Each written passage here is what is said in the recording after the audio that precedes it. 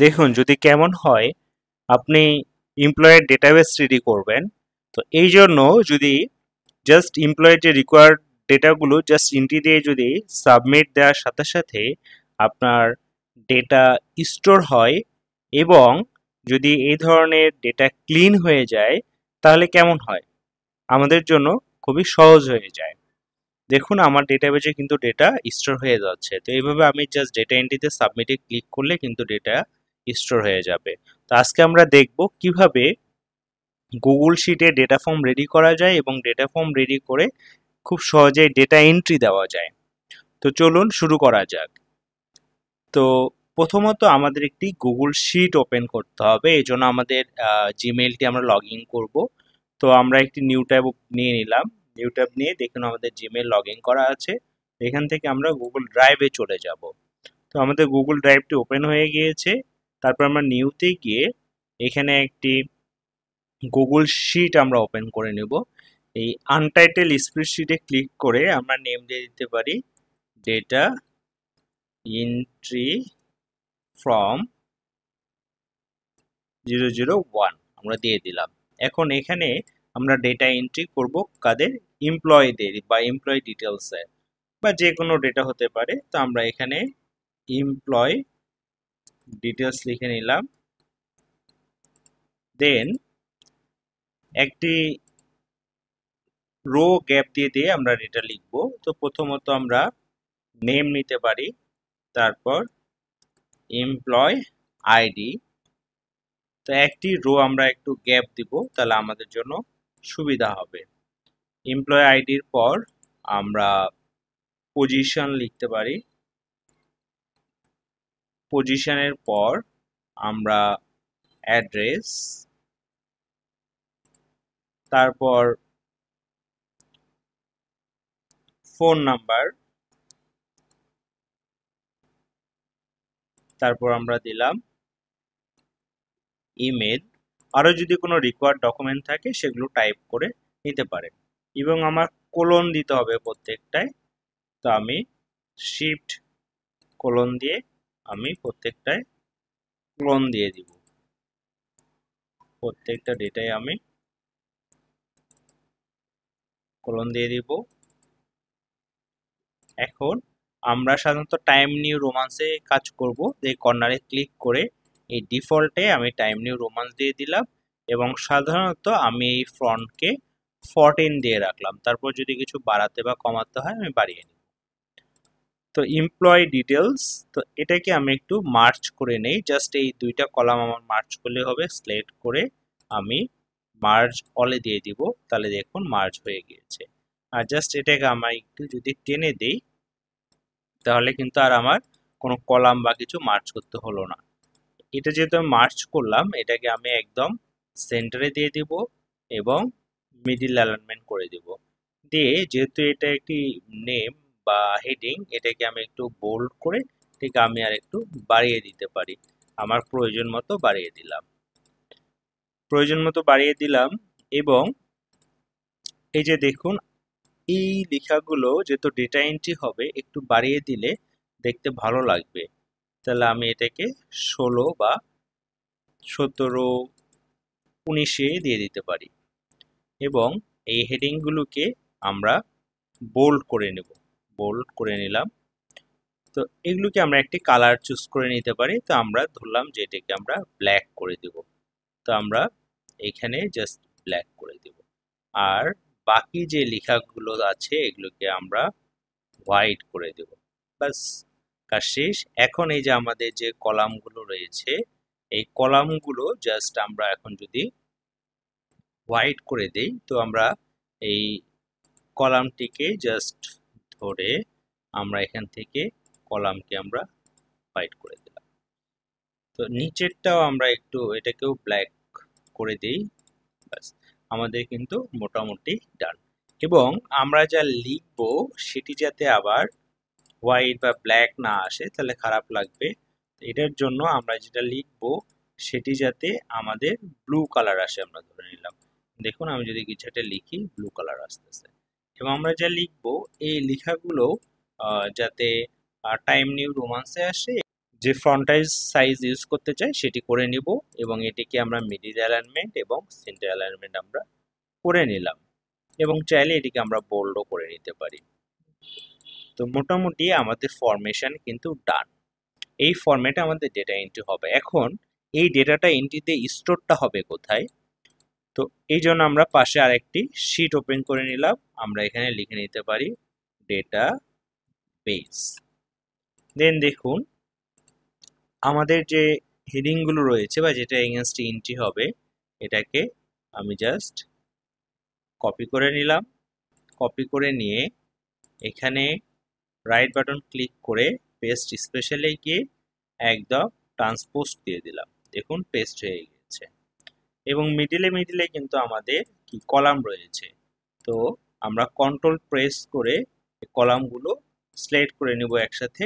এই right button press করে একবারে ডিলিট সিলেক্ট এবং এখানে কিন্তু আমাদের কোলনটা রয়ে গেল। আমরা এটাকে সিলেক্ট করে কন্ট্রোল এ প্রেস করে আমরা ক্লোনটা দিয়ে কি করতে পারি, এখান থেকে কিন্তু রিপ্লেস দিয়ে দিতে পারি। এখানে কিছু থাকবে না, জাস্ট রিপ্লেস অল দিলে ওকে দিলাম। দেখুন আর কিন্তু আমাদের কোলনটা কিন্তু নেই। এখন এখানে যে ডেটা এন্ট্রি দেব এটা কিভাবে আসবে দেখুন। তো এখানে আমি নাম লিখে নিতে পারি Asit, employee ID E003, position officer, address Dhaka, phone number. আচ্ছা ফোন নাম্বার আমরা নিব টেক্সট, যাতে প্রথমে 0 থাকে। তো এই যে মোর ফরম্যাটসে গিয়ে যদি প্লেন টেক্সটে ক্লিক করে এখন যদি 0 লিখেন তাহলে কিন্তু সামনে 0 থেকে যাবে। তো জেনারেলি ফোন নাম্বার আমাদের 11 ডিজিট হয়। তো 11 ডিজিট হয়। এখানে আমি যখন নাম্বারটা লিখবো এটা আমার ভুল হইতে পারে বা কম বেশি হতে পারে। এখানে আমি একটা সিম্পল একটা ফাংশন ইউজ করব লেন। ট্যাব প্রেস করলাম, করে এটাতে যদি আমি ক্লিক করে ব্র্যাকেট ক্লোজ করে যদি ইন্টার দেই, দেখেন এখানে কিন্তু অলরেডি 12 ডিজিট হয়ে গেছে। এবং আমি এখানে যদি একটু জাস্ট কন্ডিশন ইউজ করি ফরম্যাটে গিয়ে, যদি কন্ডিশন ফরম্যাটে গিয়ে আমি যদি বলি, দেখুন আমার কিন্তু সেল সিলেক্ট হয়ে গেছে, যদি আমি সিলেক্ট করে নিয়েছিলাম যে যে কোনো কন্ডিশন দিতে পারেন যে এখানে সব সময় কি হবে, equal to is equal to 11 হবে। যদি ইজ ইকুয়াল টু 11 হয় তাহলে আমরা ধরে নেব যে এটা গ্রিন কালার হবে। ওকে, এবং আবার অ্যাড রুলস, এটা যদি কি হয় গ্রেটার দেন হয় কিসে 11 এর, তাহলে আমরা ধরে নিলাম যে এটি রেড হবে। ডান। আবার অ্যাড রুলস, এটি আমরা ধরে নিলাম যে যদি লেস দেন হয়, কত লেস দেন 11 এর লেস দেন, তাহলে এটি কি হবে আবার রেড হবে। ডান। তাহলে দেখুন এটি কিন্তু রেড হয়ে আছে, তার মানে কি এটি বেশি হয়ে গিয়েছে। তাহলে এখান থেকে যদি আমরা একটা 0 বাদ দেই কিন্তু গ্রিন, তাহলে আমরা এখানে টাইপ করলে বুঝতে পারবো যে আমাদের নাম্বারটি ঠিক পড়তেছে কিনা। আর এখানে যদি আমরা একটি ইমেল অ্যাড্রেস লিখি তাহলে দেখুন হয়ে গেল। এখন আমরা জয়নিং ডেটটাও চাচ্ছি। তো জয়নিং ডেটটার জন্য জাস্ট এইভাবে যদি আমরা একটু কপি করে এখানে যদি পেস্ট করে দেই, দিয়ে যদি জয়নিং ডেট সাথে সাথে আমার ডেটটাও লাগবে, জয়নিং ডেট, জয়নিং ডেট। তো এটার জন্য জাস্ট আমরা একটু কলামটাকে বাড়িয়ে দিলাম। জয়নিং ডেট দিয়ে দেখুন এখানে জাস্ট আমরা যদি ইকুয়াল দিয়ে যদি টু ডে ফাংশনটা দিয়ে রাখি, ট্যাব প্রেস করে ব্র্যাকেট ক্লোজ করে ইন্টার দিলাম, তাহলে কিন্তু আমাদের অটো কিন্তু ডেটটা চলে আসবে। ডেট কিন্তু আর বারে বারে দিতে হবে না, কারণ এই ডেটাটাই আমি এখানে বারে বারে স্টোর করব। তাহলে আমার এন্ট্রি দিয়ে এখানে কপি পেস্ট করে দিতে হবে বা এখানে ইনপুট দিতে হবে।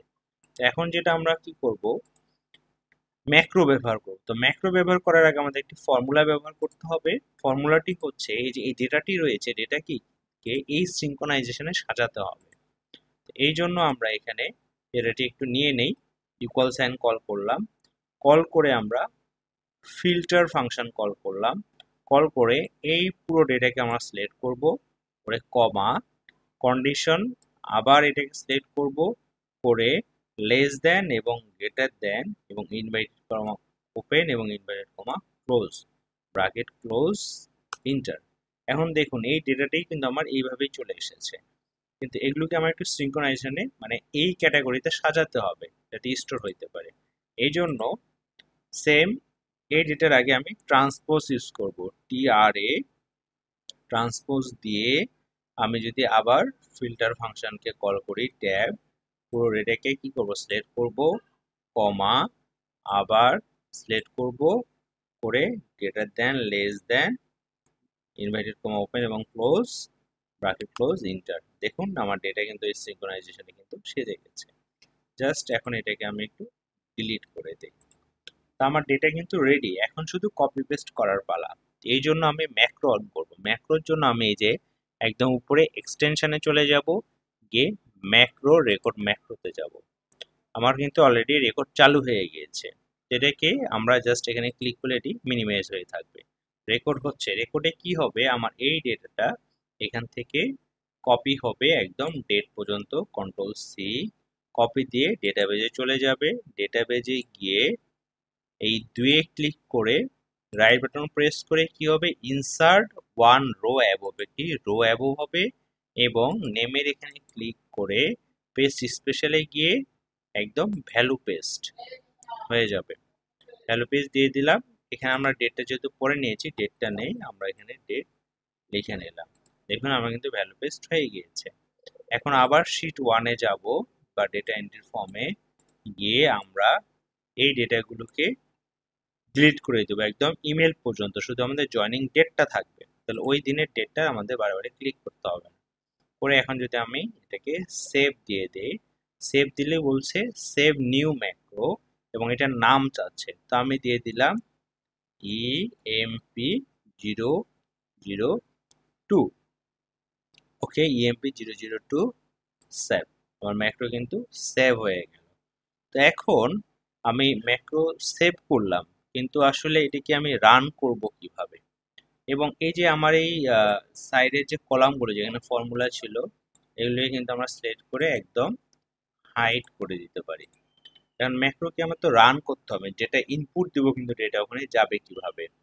এই জন্য যেটা করব, আমরা এখান থেকে ইনসার্টে চলে যাব, ইনসার্টে গিয়ে ড্রয়িংয়ে ক্লিক করে এখান থেকে দেখেন, এখান থেকে কিন্তু আমরা এই যে শার্প পাবো, এই যে শার্প, আমরা একটি শার্প নিয়ে নিলাম। নিয়ে এখান থেকে শার্পের কালার চুজ করে নিতে পারেন। আমরা এখান থেকে শার্পের কালার নিয়ে নিলাম। এই যে থ্রি ডট একটা রয়েছে, থ্রি ডটে ক্লিক করে এখান থেকে যা লিখবেন সেটি সাইজ করে নিতে পারবেন। তো আমরা রাইট বাটন ক্লিক করে এডিট টেক্সটে চলে গেলাম, গিয়ে আমরা এখানে লিখলাম সাবমিট, ক্যাপিটালে লিখলাম, একে সিলেক্ট করে আমরা এটাকে দিয়ে দিলাম হোয়াইট এবং বোল্ড উইথ ইতালিক, এবং এটাকে আমরা একটু বাড়িয়ে নিতে পারি। বাস, আমাদের কিন্তু মোটামুটি ডান। এখন এটাকে আমরা এই যে সেভ অ্যান্ড ক্লোজ দিয়ে সেভ করে দিলাম। দেখুন সাবমিট কিন্তু চলে এসেছে। এটাতে একটু রাইট বাটন ক্লিক করে আমরা যেখানে নিব এটাকে কিন্তু সেখানে নিয়ে নিতে বসিয়ে দিতে পারি। বাস, এখন এটাতে ক্লিক করলে দেখুন এই যে একটা থ্রি ডটের অপশন রয়েছে, থ্রি ডটে যদি আমরা ক্লিক করি, করলে অ্যাসাইন স্ক্রিপ্ট, অ্যাসাইন স্ক্রিপ্টে চলে যাব, থ্রি ডটে ক্লিক করে অ্যাসাইন স্ক্রিপ্ট।